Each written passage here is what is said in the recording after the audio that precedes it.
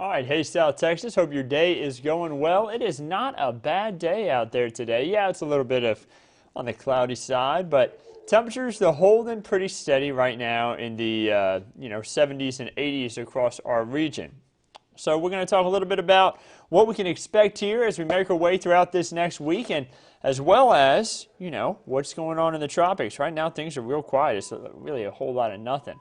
We're going to talk about that here coming up here in just a moment too. So I'm getting everything squared away here. I pull up Facebook so I can answer some of y'all's questions on there if you have any. Be sure to send them my way. We've made it. It's Friday. It's looking like it's going to be a pretty good weekend too. A little bit on the warm side. But, hey, it's September still in South Texas, and, September usually not too cool anyway, right? We get a few cold fronts in September, which we got one coming next week. But, typically, it's still pretty warm here in South Texas. So let's jump into it right now. The allergy report, ragweed at a medium level, that is always what gets me. Ragweed has been always just a little bit of an issue for my allergies myself. Mold is coming in at a light level. Ragweed again at medium. So we got a lot of cloud cover out there. That's keeping our temperatures down a little bit. This cloud cover is going to break up a little bit more as we head later into today. Right now we have temperatures in the 70s to 60s across the region. It's 69 at the San Antonio airport as well as Calaveras Lake.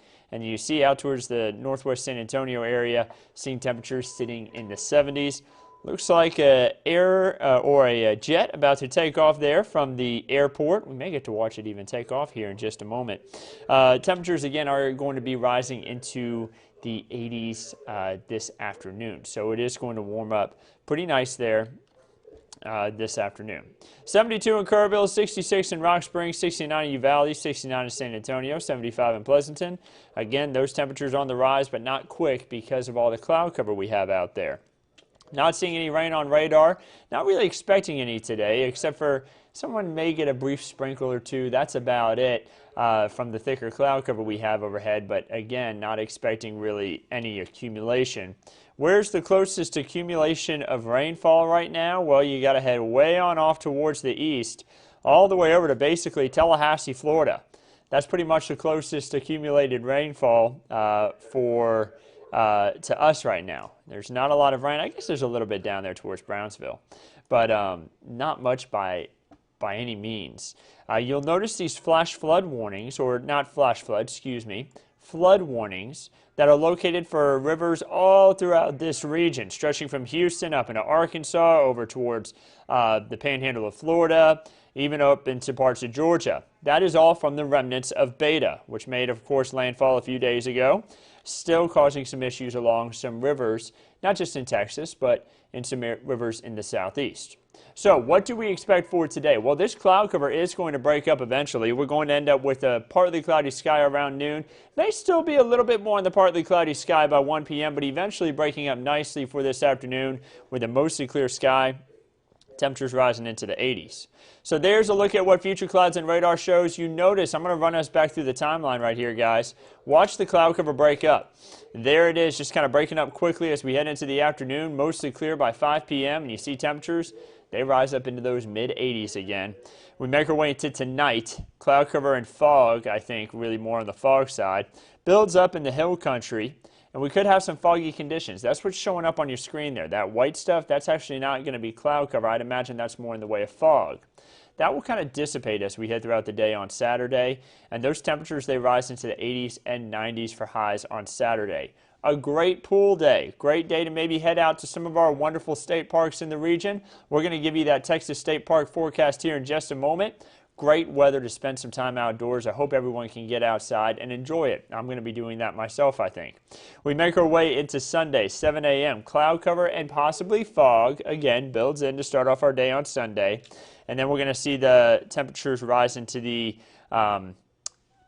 really about 80s into the afternoon, and we're going to see that cloud cover break up a little bit, 80s and 90s really for Sunday. I see Lori asking, is pollen high because I'm dying here? Ann says, did you say cold front? I did say cold front. Lori, I'm going to let you know, ragweed is at a medium level. Mold is at a light level. If you're anything like me, ragweed gets you pretty bad. I've been having a little bit of sniffliness myself today. I didn't take my allergy medicine last night like what I usually do whenever we move through the fall.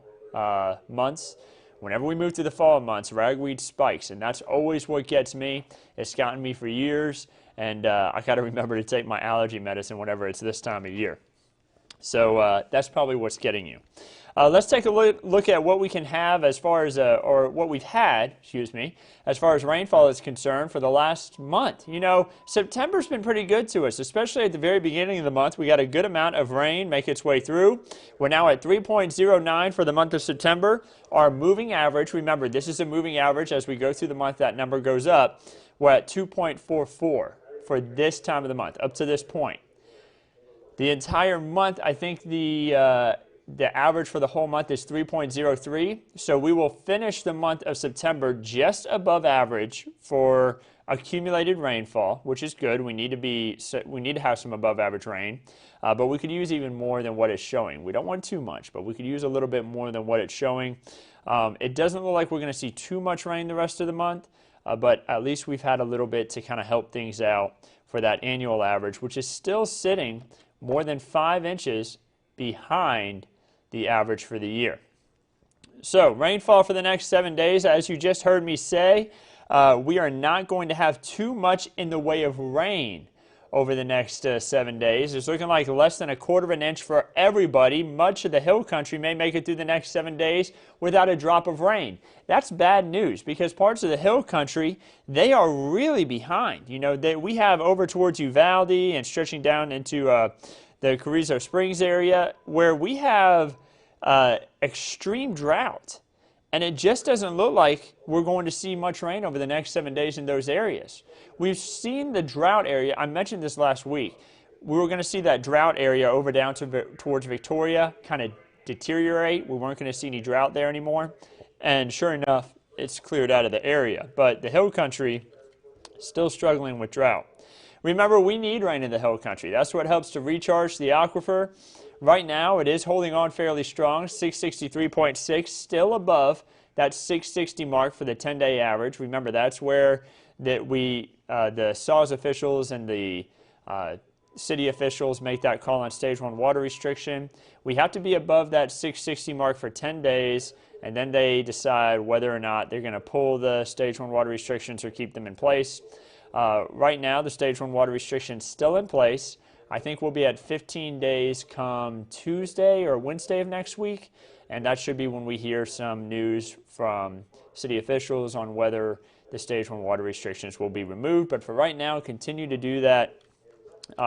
Do your part to kind of reduce your use of water here in the San Antonio area in Bexar County.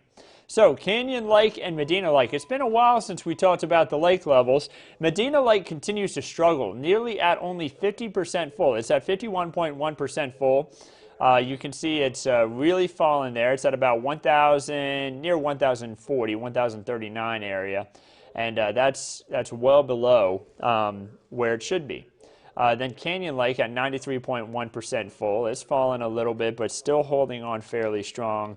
Not too much of a concern there. So we'll continue to keep you updated on those lake levels. Let's take a little look at the tropics. Nothing out there. No named systems. No chance for tropical development over the next 5 days. It is quiet. The Air Force Reserve hurricane hunters have been stationed down in St. Croix, which is located right here, and just yesterday, all of their C-130s are back in the same place for the first time, and I think it's been a couple of weeks, because they were stationed down there flying Teddy and flying other systems, but now there's nothing out there. It's nice and quiet, which is good to hear, because it's been a very active season. So, not saying that hurricane season's over, because I will tell you now, we do get some fronts that will pass through, and sometimes on the tail end of these cold fronts in the Gulf and in the Caribbean, we can have more tropical systems form. So I'm going to talk about that in some of our evening newscasts. Weather Chief Bill Taylor and I are going to tag team some information about what happens in the tropics in the month of October, and we're going to go more into that. Remember, hurricane season doesn't end until November 30th. We don't see as many landfalling storms as we make our way into the end of October and into November, but that doesn't mean it's not possible. So we're going to talk more about that later on in the newscast. Let's take a look at the 7-day, though. Things are quiet in the tropics. We don't have to spend that much time on it today. Lows in the 60s, highs in the 80s. You see highs in the 90s for Saturday and Sunday. It's going to be very warm out there. Like I said, great pool weather. 20% chance for showers and storms on Monday. Notice the windy conditions. We really could have winds up to 25 miles per hour, maybe gusts even higher than that as we head throughout the day on Monday. That's going to be after that front passes through. Notice that the morning temperature is at 71. That front passes through, and then the temperatures only make it up to around 80 degrees. We only rise by 9 degrees on Monday. Those fall lovers out there, get ready. The cooler weather's coming. I'm not much of a fall weather lover myself. I know meteorologist Megan Massey is. I'm going to the hot weather. I'm going to love this weekend. So you see by the time we get into Tuesday, lows in the 50s, highs in the 80s. So nice and cool. Going to feel great outside for those who want to maybe get out and do some outdoor activities for the early part of the day. And into the afternoon, it should be great too. Not the best pool weather, maybe a little bit on the cool side, depending on what kind of temperatures you like. But then you see Wednesday, lows in the 50s, highs in the 80s, and the temperatures slowly creep up there as we head into Wednesday and Thursday with a good amount of sunshine. So is this going to continue from day 8 through day 14 beyond the 7-day forecast? Guys, it looks like below average rainfall is going to be possible for our region from day 8 through day 14. So that's beyond this next 7 days. It looks like below average rainfall the next 7 days, but then really for the next 2 weeks, we're going to see that below average rainfall. And we're going to be above average for temperatures this weekend. But following this weekend, remember, temperatures should bring upper 80s for highs. That's average. We're going to fall below average starting Monday. And then we're going to be below average from Monday, and it looks like all the way through the week. And it looks like from day 8 through day 14, beyond the 7-day forecast, we're going to have another cold front come through, and that's going to keep those temperatures down below average for possibly about a week and a half. So if you like the cooler weather, it looks like it's going to be staying in the forecast here for a little bit longer after this weekend. Still going to be hot this weekend. Lone Star 3-day forecast shows highs in the 80s to 90s across the state the next 3 days. Not too bad if you're traveling. Not looking like you're going to be dealing with too much in the way of rain. Looking great this weekend. So remember to practice that social distancing that we always try to bring home right now as we deal with these kind of weird times with coronavirus. Wear your mask, but enjoy the great outdoors. And also, I hope everyone can at least get to visit their family from a distance as we deal with these kind of tricky times. Your Texas State Park forecast. That's a great place to go, by the way. If you wanted to head outside and maybe find something to do when you're traveling, go ahead and head out to some of our great Texas State parks. You're going to notice lows in the 60s and 70s. This is for tomorrow, by the way. Lows in the 60s and 70s for tomorrow. Highs going to be rising to the 80s and 90s in the afternoon. One place that may be a lot of fun, Enchanted Rock State Natural Area. I love that park. It's a great one. Lost Maple State Natural Area, another great park. All these are great. I've been to probably half, maybe just a little over half of the parks on this list. And I can tell you they're all just great places to hang out. With it being a little bit warmer, maybe you want to head up to the Guadalupe River. It's going to be pretty nice weather to maybe jump in and take a swim in that cooler water. Another great place that has a great place to swim is Blanco State Park. That's another great spot. Devil's River State Natural Area, still on my list of places I want to go. That's north of Del Rio in Val Verde County. That could be a fun place to head out to. Los Maples has a little bit of a swimming hole there in the park. The Pedernales Falls State Park, which is located in northern Blanco County, just east of Johnson City. You can't swim at the falls. They're beautiful to look at, but there is a place to swim within that park as well. So just a few spots to check out there. Put them on your list of places to check out. Garner State Park. Who could forget that one, too? A little bit of a place to swim there, too. So I want to talk a little bit about the flu index, too. Right now, the map's not updating. So not seeing really any issues with the flu now, but don't forget to get those flu shots too, guys, because we are heading into flu season 2, and I will keep you updated on the activity with this flu index map, of course, as we head throughout the season. So, guys, I'm going to leave you with a look at the 7-day forecast. Here's a quick update on what we are going to be doing today here at KENS 5. I'm going to be on at noon. Meteorologist Andrew Wilson has the rest of the day off, and I'm going to be doing noon weather today, so be sure to tune into noon for the latest update on the weather and news in your area. here throughout South Texas. Coming up at 4, 5, 6, and 10, Weather Chief Bill Taylor is going to be on, giving the latest update on the forecast. And then I'm going to be joining him, I think at 4 o'clock is when we're doing it. It's either 4 or 5. Talking a little bit about the tropics in the month of October, where tropical systems usually form at that time. Some information about how long we were active in the month of September, because there was a lot of tropical systems in September. And, just a little bit of some extra information about the tropics as we head throughout this now latter part of the season. Now going from peak at September 10th to the latter part.